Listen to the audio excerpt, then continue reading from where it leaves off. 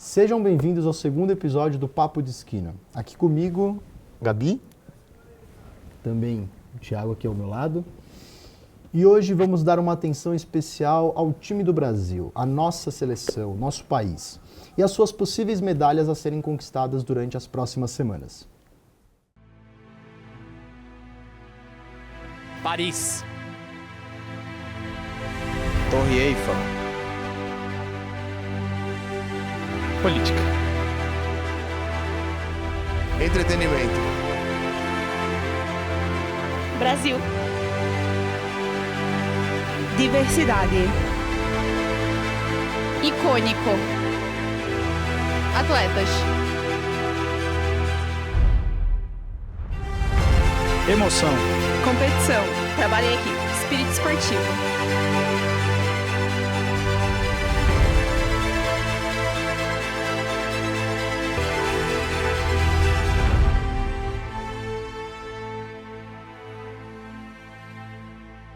E para começar, vamos falar da delegação brasileira. O time Brasil desembarca em Paris com alguns números recordes. 276 atletas de 38 modalidades diferentes. E pela primeira vez, as mulheres são maioria com 55%. E uma das maiores surpresas do nosso time esse ano é a ausência da seleção masculina de futebol na competição. A primeira vez desde 2004, há 20 anos.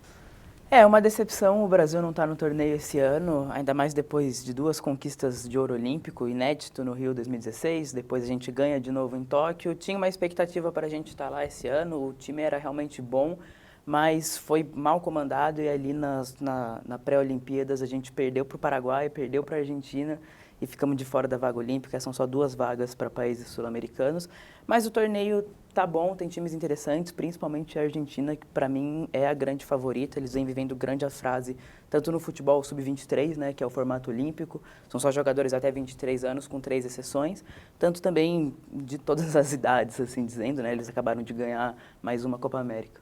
Sim, sim. E é algo que, de primeiro momento, a torcida acaba ficando um pouco surpresa, porque já dava como certo a ida da seleção masculina, mas que fica essa sensação de, poderia, mas infelizmente não foi. E aí, Gabi? Eu acho que, tipo assim, a maioria dos brasileiros, ou grande parte deles, nem sabe que a seleção masculina não vai estar nas Olimpíadas desse ano. É verdade. Porque teve uma pesquisa da TV Globo que eles realizaram para saber o interesse do público brasileiro pela competição, pelas Olimpíadas, e falaram que o maior interesse era o futebol masculino com 61%, tipo, disparado. E eu fico pensando, será que eles sabem que o Brasil não vai estar competindo? Em compensação, a seleção feminina de futebol estará presente representando a amarelinha. E aí, Ti? Acho que a gente deu o azar no nosso grupo. A seleção estreia contra a Nigéria, que é uma adversária mais fraca. É para estrear ganhando e para ganhar confiança mesmo, porque depois vem alguns adversários mais complicados, que é a Espanha e o Japão. A Espanha é atual campeã mundial. Vai ser difícil para o Brasil. A seleção passa por essa fase de renovação com o Arthur Elias. E a convocação deu bastante o que falar também. E essa questão da renovação acaba se ligando muito com o que vem rolando com o vôlei feminino, que também tem uma seleção que mistura a experiência com algumas atletas mais novas. A gente tem, por exemplo, a Niemi participando de suas primeiras Olimpíadas, também a Julia Bergman, que é uma potência, vem se destacando sempre que ela entra nos jogos, mas a gente tem nomes como a Thaísa, que vai para a sua provável última Olimpíadas, aos 38 anos, já ganhou 2 ouros, e a gente vai tentar ganhar o ouro de novo, né? E ela comentou também sobre o grupo, né? Que a gente pegou Quênia, Polônia e Japão. Ela falou assim que o Japão é uma seleção forte, dá trabalho quando elas jogam contra as japonesas. Falou que a Polônia vem fazendo bons jogos também. Acho que a grande questão da seleção feminina é ver como é que está o psicológico delas agora. Elas fizeram uma Liga das Nações excepcional. Até o técnico da Polônia disse que a Gabi, a nossa capitã, é a filha do deus do vôlei. E não é para menos, assim, a fase dela é espetacular. Só falta ela defender, ela tocar para ela atacar, assim. Porque ela faz tudo, se o time não tá bem, ela resolve. Mas o time tá bem. A Rosa Maria voltou a jogar bem. A Carolina foi a atleta que mais teve bloqueios durante a Liga das Nações. Mas no fim a gente perdeu no último set para o Japão. e perdemos para o último set na Polônia, quando valia uma medalha de bronze, e justamente os 2 adversários que a gente enfrenta agora nas Olimpíadas. É uma chance de revanche, é uma chance de chegar com menos pressão. Eu estou confiante, acho que é um grande momento, estamos muito melhores do que em 2021.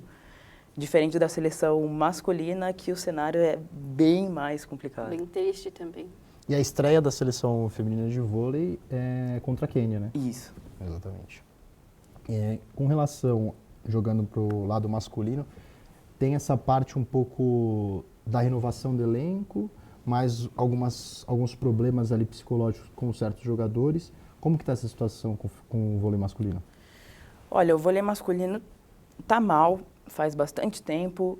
Com o Bernardinho chegando de novo no comando da seleção, existia essa expectativa de renovação, mas que não se concretizou. Até houve uma pressão para ele deixar de convocar o Maurício e levar o Lucas Bergman, que foi uma decisão acertada desses novos jogadores.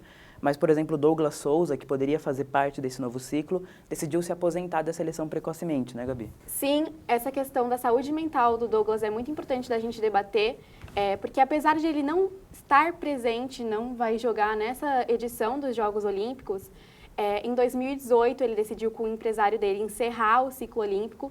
Ele jogou as Olimpíadas de Tóquio em 2021, mas ele decidiu priorizar a saúde mental dele, e a saída dele foi principalmente motivada por um quadro de depressão. Você acabou citando, né, da última participação dele em Jogos Olímpicos ter sido em Tóquio 2021. Também em Tóquio ele se torna uma figura mais conhecida no Brasil, né? Ele tem um boom assim de seguidores no Instagram, o pessoal começa a acompanhá-lo, ele vira aquela espécie de atleta mais famoso, celebridade.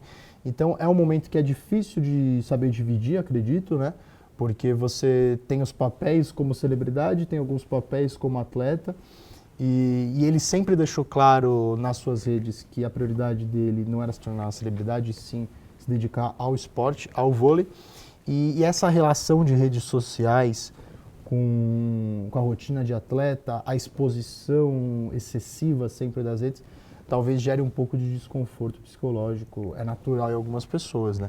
Ainda mais se for algo novo, né? Uma pessoa que do nada é um atleta, é um jogador de vôlei, e em um mês, menos de um mês, se torna uma celebridade, todo mundo quer conhecê-lo, não consegue ir para tais lugares que antes ele frequentava, pode gerar até alguns problemas. A própria Simone Biles passou por alguns problemas psicológicos, o Douglas agora decide se aposentar, né, digamos, desse ciclo, não vai para Paris 2024. Ele não vai jogar nas Olimpíadas, mas acho legal a gente comentar que, tipo assim, ele não se aposentou do vôlei, ele joga no... Se aposentado da seleção. Ele foi contratado pelo Cruzeiro, né? Sim, ele vai se aposentar da seleção, né? Exato. Ele está saindo, não vai ter mais a participação do Douglas na seleção brasileira de vôlei, mas ele segue... Também, né, o holofote, a audiência é muito maior do que você estar num clube do Brasil. E também tem toda uma questão que o Douglas fala, sobre isso que a gente fala mesmo da questão da renovação.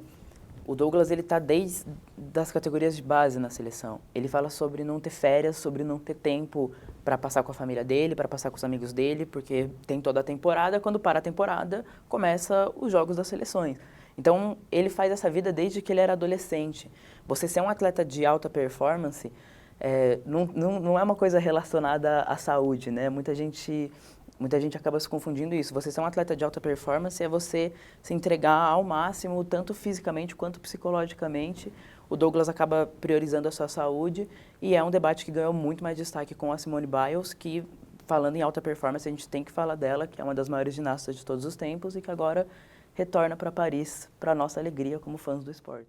Neste mês de julho está sendo lançada uma série sobre a ginasta na Netflix. Alguns episódios estão saindo durante esse mês e durante toda a produção ela está comentando sobre essa parte da saúde mental, de toda a sua carreira, e ela também destaca nessa próxima, em Paris 2024, que promete dar uma grande batalha entre ela e a Rebeca Andrade, que é a sua principal adversária, né?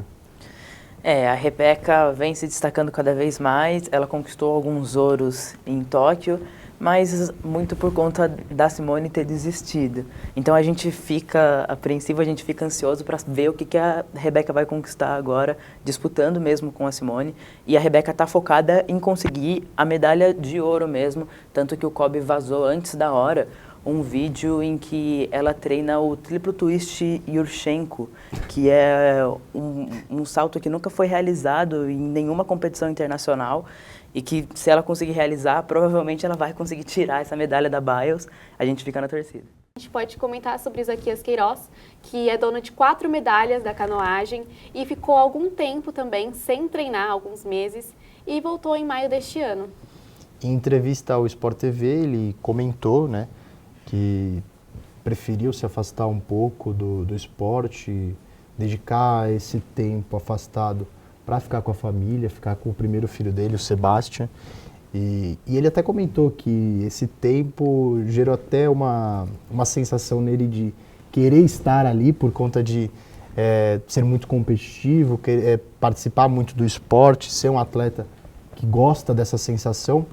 Então, em entrevista, ele comentou que acabou voltando para Salvador, voltando para Bahia, que é onde ele nasceu, para se sentir mais em casa, sair um pouco desse ciclo, dessa rotina do atleta. E agora, com essa pausa, ele volta a Paris 2024, volta para esse ciclo, essa rotina do esporte, da canoagem, e promete até tirar uma medalha, né? Ele mesmo já disse que não quer voltar de Paris sem medalha. O Isaquias é um dos grandes atletas do Brasil, inclusive se ele conseguir conquistar 2 medalhas que ele está competindo em Paris, ele se torna o brasileiro com mais medalhas em Jogos Olímpicos. Mas o time do Brasil não fica só nesses atletas. É claro que existem outros destaques também, tanto nos esportes individuais quanto nas equipes. O que temos aí mais interessante dos nossos possíveis medalhistas? Olha, a gente está confiante esse ano. Acho que a gente pode bater o recorde de medalhas de ouro para o Brasil. Eu tenho algumas apostas, algumas fáceis, como, por exemplo, da Ana Marcela Cunha, que nada em águas abertas. Tá cravando? Eu acho que ela vai conseguir o ouro. Assim, ela não está no melhor momento, mas ela é uma atleta muito dedicada, ela é uma atleta muito ambiciosa, principalmente, e eu tô sentindo que vai dar Ana Marcela Cunha de novo para ganhar o ouro pra gente. E depois, a minha grande aposta e uma das minhas maiores torcidas pelo carisma, pelo que ele pode representar para o atletismo brasileiro, é o caso do Alisson dos Santos, o Piozinho, que vai ser uma batalha difícil, mas dá para ganhar o ouro também. Piozinho? Esse é o apelido dele? É o apelido dele. Isso. Por que surgiu esse apelido, você sabe? Ah, eu não sei. Você sabe, Gabi? Não. Pois a gente vai falar no próximo episódio. No próximo episódio eu trago. Da onde surgiu o apelido Piozinho para Alisson dos Santos. Então, o Alisson, ele chega forte para Paris 2024. Chega, com certeza. Ele faz a prova da corrida com salto, né? O salto com barreira. O problema é que ele está muito bem mesmo, mas ele tem 2 adversários que estão tão bem quanto ele, assim, o nível do pódio é muito acima dos demais, e aí cada prova que vai acontecendo antes das Olimpíadas está tendo um vencedor. O Alisson ganhou mês passado, esse mês quem ganhou foi o seu grande concorrente ali, que é um norueguês, então a gente fica na expectativa e por causa de centésimos ele pode terminar em terceiro ou em primeiro. Caramba, fica bem parelho essa competição, né? E é engraçada a diferença, né? Porque no caso da Ana Marcela Cunha é uma corrida, por assim dizer, de 2 horas de duração. Sim. E no caso do Alisson é uma corrida que dura menos de 1 minuto. Caramba. O Piozinho tem que ser rápido. E ele é. Não pode bobear. Qualquer mínima coisa que acontecer já vai fazer ele ficar em terceiro lugar. E é interessante que você destacou dessas provas anteriores aos Jogos, que são provas que a gente acaba medindo se aquele atleta vai chegar bem ou não para a competição. Exato. Né? E essa, a gente fica um pouco no escuro, né? Sem saber o que vai acontecer. Fica mais na torcida para puxar para a gente, né? Para o Brasil, para o brasileiro. Mas vamos aguardar, né? Vamos ver se ele traz. O que a gente pode teorizar é que ele pode ter feito um tempo abaixo propositalmente.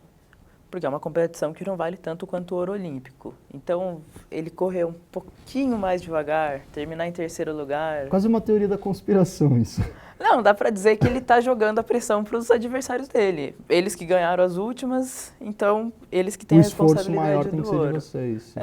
E aí... Isso gera até um pouco para a imprensa de outros países discutirem e ficarem focados nos que vêm ganhando mais, né? Porque se o Alisson ganha todas, por exemplo, né? Vamos teorizar também, ele ganha todos os que vêm antes dos Jogos Olímpicos, gera uma pressão absurda. Porque Com vai certeza. ser todo dia falando ó, Alisson, Alisson, Alisson. Exato, E aí ele entra já pressionado para correr, né? exato. Perfeito. Além do Alisson, tem o Marcos também. O Marcos que ele lidera o ranking mundial de tiro e que pode levar medalha de ouro. O Marcos de Almeida é líder no ranking. O Brasil não tem tradição na modalidade, mas ele já foi muito bem em Tóquio, ele está no melhor momento da carreira dele, e a gente fala assim, você conseguir um 10 ali no tiro ao alvo, já é muito difícil, é você literalmente acertar o buraco de um CD. E o Marcos, em provas recentes, conseguiu 3 notas 10 seguidas. Então ele está realmente voando. Se Em não... provas pré-olímpico. Exato. Perfeito. Ele está voando, assim, então se não acontecer nenhuma questão psicológica ou algo relacionado ao azar, é outra medalha para o Brasil. A gente fala, né, dessas pessoas que vêm ganhando e também a gente lembra de cara da Raíssa, né? Uma pessoa que A nossa ganha fadinha. tudo que compete é a Raíssa Leal, né? A gente até comentou no episódio anterior, nosso primeiro episódio, sobre a Raíssa, dela ter essa representatividade, né? De como ela ganhou um destaque em Tóquio 2021. Acabamos brincando sobre torcer para crianças caírem. Né? É um pouco estranho isso, mas tudo bem. E ela está passando por um contexto aí junto com a sua mãe, mais a sua delegação ali, quem está no staff, um pouco de dificuldade, né? Nesse pré-olímpico. Pois é, a Raíssa conseguiu 2 credenciais para o seu treinador e para o seu preparador, mas ela exige do Comitê Olímpico Internacional e do Comitê Olímpico Brasileiro um credenciamento para sua mãe entrar na Vila Olímpica e poder acompanhá-la nos Jogos. Lembrando que ela só tem 16 anos, a regra não obriga o Comitê Olímpico Brasileiro, nem o COI, a ceder o credenciamento. Isso era até ela ter 14 anos, que foi o caso da outra Olimpíada. Mas é um caso complexo e que mostra pra gente uma face de realmente uma menina que começou muito cedo com isso e que vence e que claramente ela se diverte com o esporte. Mas você tá ali, não é só você ir e brincar de skate, né? É de fato uma solidão para ela, pela idade dela e tudo mais. Então seria importante para ela ter esse acompanhamento da mãe, né, Gabi? Uma espécie de equilíbrio, né? Em Tóquio mesmo, ela já teve dificuldades de lidar com essa pressão, né? Surgiram relatos dela chorar durante intervalos de provas, em alguns dias ali nos jogos, porque realmente é uma criança de 14 anos, à época era uma criança de 14 anos, vivendo todo aquele contexto de fama, porque está em destaque nos jogos, mais a pressão de conquistar o ouro. É difícil lidar com isso, né, Gabi? Com certeza. Se o Isaquias Queiroz, em entrevista, fala que o apoio dos filhos e da família dá forças para ele ir para as Olimpíadas de Tóquio depois de um tempo de repouso, imagina para uma adolescente de 16 anos, o quão é importante ter o apoio e a presença da mãe ali com ela. Exatamente, um atleta consagrado, com histórico, 4 medalhas, um adulto, um homem em si, e que admite claramente que precisa desse apoio de um staff ali, não no sentido técnico do staff, mas no staff psicológico com a sua família. Uma adolescente de 16 anos é fundamental que tenha esse acompanhamento da mãe dela, né? E é algo que está sendo já cobrado dos comitês para que aconteça. Pois é, a Raíssa agora começou a cobrar publicamente a equipe Era dela. algo que estava mais interno. Exato, mas como não teve resultados, inclusive o diretor do skate no Brasil, o cara que é responsável por tudo, ele falou que já foi uma vitória terem conseguido 2 credenciais ali de staff, né? O preparador e o técnico dela. Que é o irmão. Que é o irmão dela, Exato. inclusive. Mas sim. eles não têm acesso à Vila Olímpica. Eu acho que a grande questão realmente é como uma menina deve se sentir sozinha ali dentro. Nós estamos falando então de uma adolescente de 16 anos que estará dentro de uma Vila Olímpica sozinha, Exato, exato. por um período de uma competição de alta performance. Achei importante, achei corajosa ela ter se pronunciado em público assim e desafiado. Exatamente, acho que a palavra é coragem, Sim. porque a gente sabe do peso que tem o Comitê Internacional, né? O peso mesmo que tem o COB, todas essas instituições, o que pode gerar dentro da competição um prejuízo para ela. Então é algo que a gente tem que observar e para a Raíssa tomar até um cuidado com nota, questão de como o comitê vai enxergar isso, né? Como uma espécie de afronta, né? Vamos aguardar aí os próximos capítulos. Além da Raíssa, também tem o Gabriel Medina. Medina com surf. Pois é, a gente fala no... O skate e o surf são essas modalidades que entraram em Tóquio, né, para trazer o público mais jovem. O resultado foi bem sucedido, a gente falou sobre isso no primeiro episódio. O surf e o skate bombaram em Tóquio 2021. E foi muito legal que o Brasil foi muito bem nessas Exatamente, modalidades, né? E no caso do skate e do surf, tem mais brasileiros nas competições, mas a gente de fato lembra mais da Raíssa, que é a grande favorita para vencer o ouro, e o Gabriel Medina, que é favorito principalmente porque ele vai muito bem nessas provas lá no Tahiti, onde vão ser realizados o surf. Então a gente está contando que o Medina vai conseguir esse ouro inédito para ele. O Brasil venceu o ouro com o Ítalo em Tóquio, mas o Medina arrasa quando ele vai para as praias do Tahiti. Então acho que também vem medalha para o Brasil aí. Vamos ver a cor. Ele nasceu então mais no Tahiti do que no Brasil, porque no Tahiti ele domina. Ele é muito bom lá, ele é muito bom. Mas todo mundo do time Brasil é bom no surf nessa prova. Então, se acontecer uma surpresa, não for o Medina, mas for algum outro nome brasileiro, também a gente pode esperar, não vai ser nenhuma grande surpresa. Ótimo, ótimo. Isso são dos esportes individuais. Exato. Mas também tem dos possíveis medalhistas do time do Brasil em equipe, certo? Exato. A gente tem a que a gente chama de equipes, que são esportes que é feita uma convocação, que é o caso do boxe e do judô, que o Brasil é muito forte nesses esportes. Até o Bruno Fratos, que foi medalhista na última Olimpíada, ele fala muito sobre o ambiente colaborar para a criação desses grandes atletas de alta performance. E você tem, no cenário do boxe brasileiro, o tempo todo grandes nomes saindo, o que é o caso da Beatriz Ferreira, que é a grande favorita para vencer no boxe feminino. Tem diversas modalidades ali, tem 57 quilos, 60 quilos. Em todas o Brasil está bem representado. Acho que dos 8 convocados no total, o Brasil deve ganhar pelo menos umas 4 ou 5 medalhas. E no judô o cenário é parecido. No judô acho que é legal a gente comentar sobre o caso da Maíra, que vai para a sua 5ª Olimpíada, se eu não me engano. E ela se afastou completamente do cenário ultimamente. Ela não compete faz muito tempo. Ela está realmente escondida para ninguém saber qual é a dela. Mas as fontes indicam que ela está bem e está querendo mais do que nunca ganhar esse seu, talvez, última medalha em Jogos Olímpicos. Uma espécie de estratégia, talvez? Exato, com certeza. Ela não participou nem do Campeonato Mundial, nem de nada que está tendo esse ano. Inclusive, se escondeu até das entrevistas. Faz tempo que a gente não vê ela aparecendo em nada. Eu já ia me esquecendo de uma baita surpresa para esses jogos, para Paris 2024. E aí, Gabi? Hugo Calderano, ele irá disputar o tênis de mesa. Ele é o melhor não chinês que está disputando essa modalidade e é importante considerar que só temos 2 chineses indo para as Olimpíadas de 2024. Então, acho... É um recado. É um recado bem simples do que pode acontecer, tá? O Hugo ele chega muito forte para essa disputa em Paris 2024. É com certeza uma medalha quase garantida para o Brasil, para o time brasileiro. Então vem forte, né? Sim. Vai chegar firme no tênis de mesa? A gente sempre fala sobre essa questão da tradição, né? O Brasil não é muito reconhecido pelo tênis. Até que é uma grande surpresa isso. Exato, mas ele vem surgindo bem, então assim, se não acontecer nenhuma coisa de nervosismo, até mesmo azar, ele fica aí com o bronze.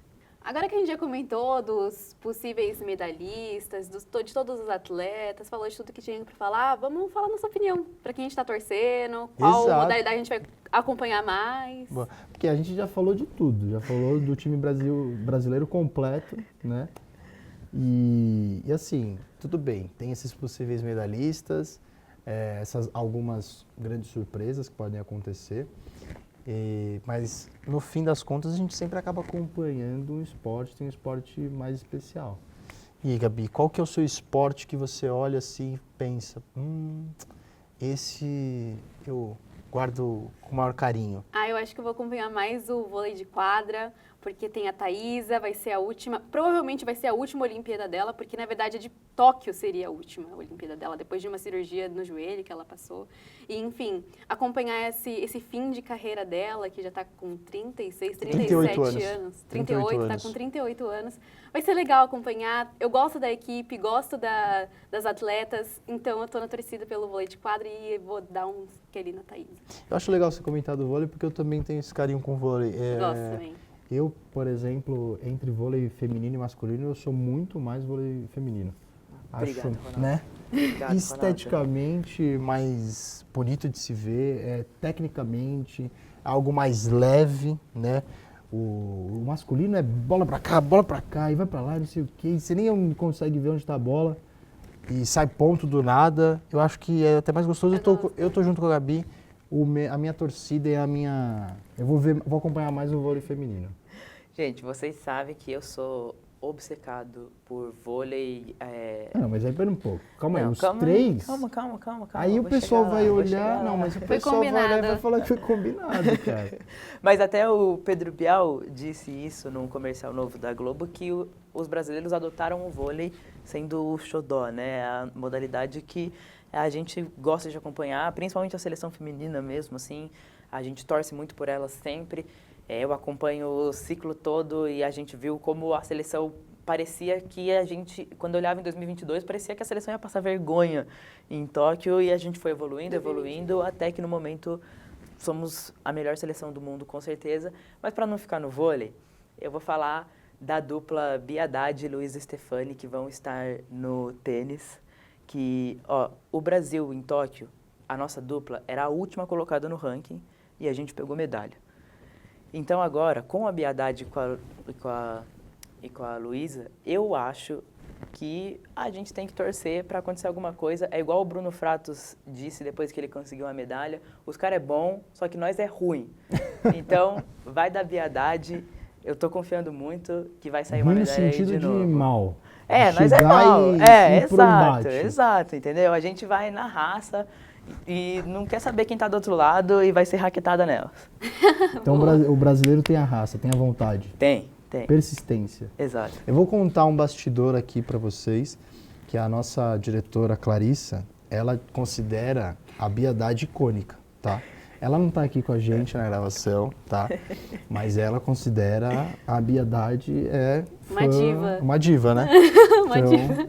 só um bastidor aí da nossa diretora Clarissa. O nosso outro diretor, Luca, tá na torcida tênis de mesa para Hugo Calderano. Ele defendeu essa pauta como ninguém. Parecia irmão dele. Exato. O Hugo, será que tem parentesco? Né? Deve ter, São né? homens, são brancos, são parecidos. Tem uma semelhança ali. Mas essa é a nossa torcida. Todo mundo tem um... Claro, eu e Gabi estamos no mesmo time nesse quesito. Thiago também, né? Mas ele deu uma Thiago, variada. exatamente. Ele quis variar, tá certo. Ele quis, porque senão ia ficar muito na cara combinado de que todo mundo tá indo pelo vôlei feminino.